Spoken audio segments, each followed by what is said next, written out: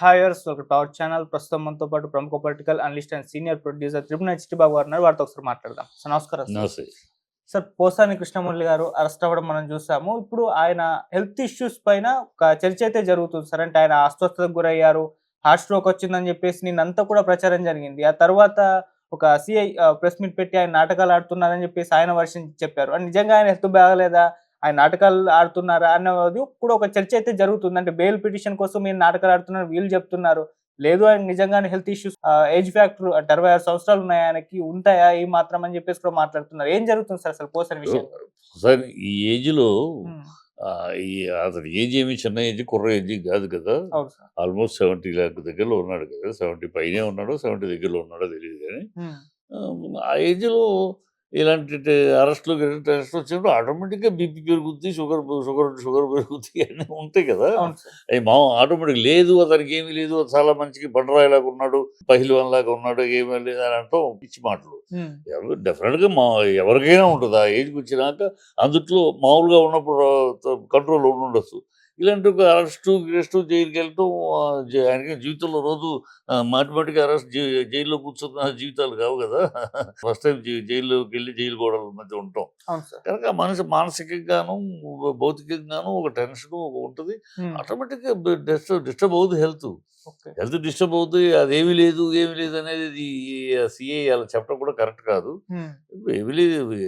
ఏమీ లేకపోతే టెస్టులు తీశారు ఉంటుంది. ఏమీ లేదు అంటే ఆయనకేమి ప్రాణ సంకటమైన అనారోగ్యం అని కాదు కదా. ప్రాణ సంకటమైన అనారోగ్యం కాదు. ఇది పట్టి బీపీలు షుగర్లు పెరిగితే ప్రాణ సంకటాలే.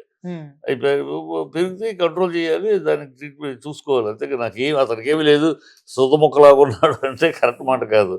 సొంతముక్కలాగా అరెస్ట్ ముందు ఉండొచ్చు, అరెస్ట్ అయినాక ఆ ఏజ్లో ఉంటుంది కదా. ఎవరికైనా ఉంటుంది, అది నీకైనా ఉంటుంది, నాకైనా ఉంటుంది, ఎవరికైనా ఉంటుంది. చంద్రబాబు గారిని అరెస్ట్ చేసి లోపలెట్టేప్పుడు ఆయన వీక్ అయిపోలా. ఆయన మరి మంచి ఎప్పుడు వ్యాయామం యోగా చేసే మనిషి కదా, మరి ఆయనకి ఆరోగ్యం దెబ్బతిల్లా. అప్పుడు అది డ్రామానా? కనుక ఏం పిచ్చి మాట అలా మాట్లాడకూడదు. ఇది కేసు విషయం, అదంతా కోర్టు ఏం చెప్పుద్ది అది వేరు. అలా కాకుండా కోర్టును కూడా ఇన్ఫ్లుయెన్స్ చేయాలన్నట్టు, కోర్టులో కూడా ఇతనికి బెయిల్ ఇవ్వకుండా ఇన్ఫ్లుయెన్స్ చేయాలంటే ఆ కోర్టుని ఇన్ఫ్లుయెన్స్ చేసే విధానంగా ఉంది వీళ్ళ మాటలు. అది కరెక్ట్ కాదు. అయిపోయింది, చేశారు. కోర్టు ఇక్కడ దేశంలో చట్టం ఉంది, చట్టం ఏమి చెబుద్దో దానికి ఫాలో అవుతారు, అంతే కదా. ఆ చట్టాన్ని కూడా ఇన్ఫ్లుయెన్స్ చేసే విధంగా మనం అతనికి ఏమీ లేదు, గుండ్రాయిలాగా ఉన్నాడు, బండరాయిలాగా ఉన్నాడు, ఏమీ లేదు, ఊనే నాడు, ఇవన్నీ ఎందుకు అవసరమా ఆ మాటలు మాట్లాడటం? అంటే ఎవరి కోసం మాట్లాడుతున్నారు ఆ మాటలు? మీకు పోలీసులైనా మీకు అతను ఒక సిటిజన్, మీరు పోలీసులు ఫర్ ది పబ్లిక్. మీరు ఒకళ్ళ కోసం కాదు కదా, ఒక వర్గానికి, ఒక పార్టీకి, ఒక మనుషులకు కాదు కదా పోలీసులు. మీరు ఎందుకు వాళ్ళ మాటలాగా మాట్లాడతారు కదా? కరెక్ట్ కాదు అది. అండ్ ఆయనకి ప్రాణహాని ఉందని కూడా కొంతమంది మాట్లాడేస్తున్నారు సార్. ఈవెన్ ఒక యాక్ట్రెస్ పూనం కౌర్, ఆమె కూడా ట్వీట్ చేసింది, చూసే ఉంటారు. ఆయన అంటే ఒకప్పుడు నాకు ఆయన అగ్రెస్ట్ గా మాట్లాడినప్పటికీ ఆయన హెల్త్ ఇష్యూస్ మీద ఒకసారి కాన్సన్ట్రేట్ చేయండి, ఆయన ప్రాణహాని ఉందేమో అన్నట్టు ఆమె కూడా వ్యక్తం చేస్తూ ఒక ట్వీట్ చేశారు. ఇప్పుడు ఆయన సన్నిహిత వర్గాలు కూడా ఉందేమో అన్నట్టుగా వ్యక్తం చేస్తున్నారు సార్. అంతా ఉంటుందా సార్? పూనం కౌర్ ఎప్పుడు అమ్మాయి ఎప్పుడు ఒకసారి 6 నెలలకు ఒకసారి 3 నెలలకు ఒకసారి నిద్రలు లెగుస్తుంది, నిద్రలేసేది అమ్మాయి మాటల గురించి చెబుతుంది కదా. అమ్మాయి గురించి పెద్ద పట్టించుకోవాల్సి, ఎప్పుడో ఒకసారి లెగుస్తుంది, పుసుక్కులు లెగుస్తూ ఒక ట్వీట్ చేస్తే మళ్ళీ 6 నెలలు పడుకుంటుంది, మళ్ళీ లెగుస్తుంది. సో అది కాలక్షేపానికి చేసే వాళ్ళ దాంట్లోంచి ఒక సీరియస్నెస్, వాళ్ళ కమెంట్లోంచి ఒక సీరియస్నెస్, సిన్సియారిటీ మనం ఎతకటం కరెక్ట్. ఆయనకి ప్రాణహాని ఎందుకు ఉంటుంది? ప్రాణహాని ఉంటే ఇప్పటికి అయిపోయేది కదా. ప్రాణహాని ఎందుకు ఉంటుంది? ప్రాణహాని కాదు, they want to ill treat him. అతను ఇలా మాట్లాడాడు కనుక అతన్ని ఇల్ ట్రీట్ చేయాలి, అవమానపరచాలి, అతనికి ఇబ్బంది కలిగించాలి. ప్రాణం తీయాలని ప్రాణాలు తీస్తే నష్టం వాళ్ళకి కదా. అది ఈరు ఎవరు ఆలోచించరు. ఏ రాజకీయ పార్టీ కక్ష సాధింపు కార్యక్రమంలో ఆ వ్యక్తిని అవమానించాలి, కించపరచాలి, అతను బాధ పెట్టాలి, హేళన చేయాలి, సమాజంలో ఒక లాఫింగ్ స్టాక్గా చేయాలి, ఇవే ఉంటాయి. అది జరుగుతుంది అంతే. ఇక్కడ ప్రాణహాని అనే మాటకు అవకాశం లేదు, అర్థం లేదు. ఓకే సార్ ఇవన్నీ చేసి అతన్ని అంటే అప్రూవర్ గా మార్చే ప్రయత్నం ఏమన్నా చేస్తారా? అంటే జగన్ క్యాంటీగా ఇలా ఇప్పుడు అది ఆ ట్రయల్ జరుగుతుంది. వాళ్ళ ట్రయల్స్ అది కదమ్మా! ఈ భలే అడుగుతున్నారు మీరు. వాళ్ళ ట్రయల్స్ అది కదా! ఎట్లాగొట్లా వీళ్ళందరినీ ఒకళ్ళ తర్వాత ఒకళ్ళని లిస్ట్ వేసుకొని అరెస్ట్ చేసి ఈ ఓకే. లిస్ట్‌లోంచి వీళ్ళ సాక్ష్యాలతోటి, వీళ్ళ ఆధారాలతోటి వాళ్ళిద్దరిని టార్గెట్ చేయాలి. హ్మ్. ఇప్పుడు ఆల్రెడీ చూడు పోసాని కృష్ణమూర్తితో టార్గెట్ చేసేశారు.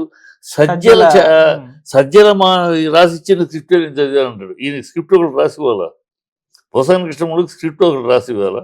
సజ్జలు రాసిచ్చిన స్క్రిప్ట్ నేను చదివానని ఈయన ఒక స్క్రిప్ట్ రైటరు. ఈయన అన్నాడంటే అక్కడ అర్థమవుతుంది కదా! సో ట్రాక్ చేస్తున్నారు. ఇప్పుడు ఈయన చెప్పిన సాక్ష్యాధారాలు బట్టి, ఈయన మాటలు బట్టి సజ్జలని నెక్స్ట్ ఇంకెవరినో పట్టుకుని జగనే మాట్లాడమన్నాడు అని అనిపిస్తాం. సో ఇది ఓపెన్, దీంట్లో ఏమి వీళ్ళు చేస్తున్నది ఓపెన్‌గానే చెప్పే చేస్తున్నారు. అందుట్లో రహస్యం లేదు. హ్మ్. రెడ్ బుక్ ప్రకారం చేస్తాము. వీళ్ళు బొక్కలో పెడతాం, ఇది చేస్తాం చెప్పారుగా. ఎలక్షన్ ముందు చెప్పారు, ఎలక్షన్ అయినాక చెప్తున్నారు. ఇప్పుడు కేవలం లోకేష్ పని వేరే ఏమీ లేదు. లోకేష్ పని ఈ రెడ్ బుక్ పాలన తప్పితే మిగతా పాలన విషయం అతనికి సంబంధం లేదు. ఓకే. అతనికి సంబంధం లేదు. చంద్రబాబు మిగతా వాళ్ళు చూసుకుంటున్నారు రాష్ట్ర పాలన, ప్రభుత్వ పాలన. ఇతనికి ప్రభుత్వం లేదు, రాష్ట్రం లేదు. ఓన్లీ రెడ్ బుక్ అనే దానికి హ్మ్. పెట్టుకున్నాడు. దాన్ని పట్టుకుని దాని మీద గడపడమే, పొద్దున్నే సైకిల్ దాని మీద గడపడమే ఆయన కార్యక్రమంగా ఉంది. ఓకే. అదే అనుకుంటున్నాడు అతను. అందుకే ప్రజలు గెలిపించారు. హ్మ్. నేను రెడ్ బుక్ అన్నాను, ప్రజలు నన్ను గెలిపించారు అందుకే అని అనుకుంటున్నాడు. హ్మ్. అనుకుంటే అది భ్రమ. ప్రజలు ఇందుకోసం గెలిపించలేదు వీళ్ళని. ప్రజలు గెలిపించింది ఏదో ఆశతోటి ఇస్తానని చేస్తారు, ఆశపడి గెలిపించారు. ఆ ఆశలు ఒమ్ము కాకుండా ప్రజల్ని రెడ్ బుక్ మీద చూపించే చిత్తశుద్ధి, రెడ్ బుక్ మీద చూపించే కాన్సన్ట్రేషను, రెడ్ బుక్ మీద చూపించే డెడికేషను, మనం పేదలకు ఇచ్చే హామీలేంటి, వాళ్ళు నిరాశ నిస్పృహలో ఉన్నారు, వాళ్ళు ఏదో మోసపోయామని ఫీల్ అవుతున్నారు.